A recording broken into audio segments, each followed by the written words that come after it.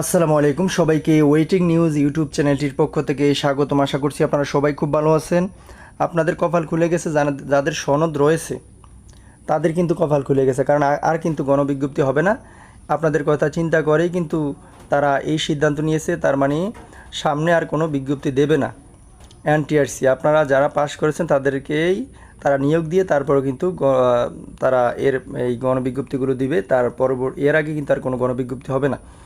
তাই বলবো যে ভিডিওটি অনেক গুরুত্বপূর্ণ, না টেনে সম্পূর্ণ দেখবেন। চ্যানেলে নতুন হয়ে থাকলে চ্যানেলটি সাবস্ক্রাইব করে দিতে ভুলবেন না, কারণ আমরা সর্বপ্রথম আপনাদের জন্য আপডেট নিউজগুলো সবার আগে এই চ্যানেলে প্রকাশ করি।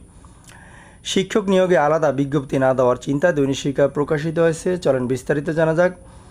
আগামীতে শিক্ষক পদে সুপারিশ ও বাছাই কার্যক্রমে পরিবর্তনের অংশ হিসেবে আলাদা 3-4টা বিজ্ঞপ্তি না দেওয়ার প্রস্তাব করা হয়েছে।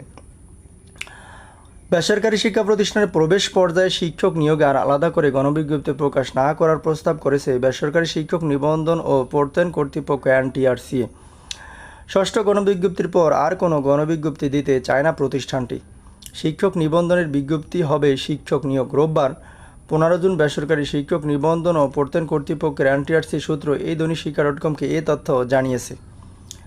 এনটিআরসির অপর একটি সূত্র জানিয়েছে, আগামীতে শিক্ষক পদে সুপারিশ ও বাছাই কার্যক্রমে পরিবর্তনের অংশ হিসেবে আলাদা 3-4টা, একটু সাথে থাকবেন, বিজ্ঞপ্তি না দেওয়ার প্রস্তাব করা হয়েছে। এই প্রস্তাব মন্ত্রণালয়ের অনুমোদন দিলে তা বাস্তবায়ন হবে। ষষ্ঠ গণবিজ্ঞপ্তির পর এটা বাস্তবায়ন করা হতে পারে।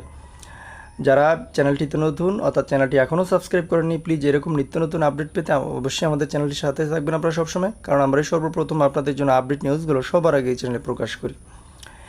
এদিকে বেসরকারি শিক্ষা প্রতিষ্ঠানে শিক্ষক নিয়োগের ষষ্ঠ গণবিজ্ঞপ্তি আগামীকাল 16 জুন প্রকাশ করা হবে। তবে কাল বিজ্ঞপ্তি প্রকাশ করা হলেও 22 জুন দুপুর 12টা থেকে আবেদন ও ফি জমা দেওয়া যাবে। 10 জুলাই রাত 12টা পর্যন্ত এই আবেদন ও ফি জমা দেওয়া যাবে। এবার গণবিজ্ঞপ্তিতে প্রার্থীর বয়স, নারী কোটা, সনদের বয়স সহ বেশ কিছু বিষয়ে পরিবর্তন আসছে। শিক্ষা মন্ত্রণালয় বেসরকারি শিক্ষক নিবন্ধন ও প্রত্যয়ন কর্তৃপক্ষের এনটিআরসি একাধিক সূত্র দৈনিক শিক্ষা.কমকে জানিয়েছে, বয়স ধরা হতে পারে অষ্টাদশ শিক্ষক নিবন্ধনে চূড়ান্ত ফল প্রকাশের তারিখ থেকে। অর্থাৎ চূড়ান্ত ফল প্রকাশের তারিখে প্রার্থীর বয়স 35 বছর বা তার কম হতে হবে, আর সনদের মেয়াদ ধরা হবে নিবন্ধন পরীক্ষার চূড়ান্ত ফল প্রকাশের তারিখ থেকে 3 বছর। সে অনুযায়ী 4 জুন থেকে প্রার্থীর বয়স ও সনদের মেয়াদ ধরা হচ্ছে। ষষ্ঠ গণবিজ্ঞপ্তিতে বয়স নিয়ে যে সিদ্ধান্ত শিরোনামে দৈনিক শিক্ষা.কমের প্রতিবেদন আরও বিস্তারিত জানা যাবে। এছাড়া বিষয় সংশ্লিষ্ট পদ শিক্ষা প্রতিষ্ঠানের প্রার্থীদের আবেদন করতে হবে। আবেদনকারী মিথ্যা তথ্য দেওয়ার মাধ্যমে আবেদন করলে সে অনুযায়ী নিয়োগ সুপারিশপ্রাপ্ত হলে এই সুপারিশ বাতিল সহ তার বিরুদ্ধে আইনানুগ ব্যবস্থা গ্রহণ করা হবে। এদিকে শিক্ষা মন্ত্রণালয়ের মাধ্যমিক উচ্চশিক্ষা বিভাগের 15 মে এর চিঠির সিদ্ধান্ত অনুযায়ী ষষ্ঠ গণবিজ্ঞপ্তিতে কোনো মহিলা কোটা থাকবে না।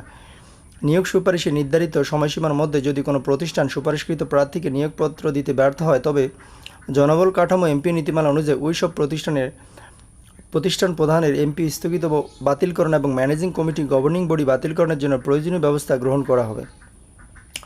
প্রতিষ্ঠান প্রধানে দাখিলকৃত শূন্য পদের চাহিদা সংশ্লিষ্ট উপজেলা মাধ্যমিক জেলা শিক্ষা অফিসার মাধ্যমে সংগৃহীত হয়। ভুল চাহিদাজনিত কারণে নিয়োগ সুপারিশে কোনো জটিলতার জন্য এনটিআরসি দায়ী থাকবে না। তা আশা করি বুঝতে পেরেছেন। পরবর্তী নিউজ দেখার আমন্ত্রণ জানিয়ে এই পর্যন্ত শেষ করছি। আসসালামু আলাইকুম।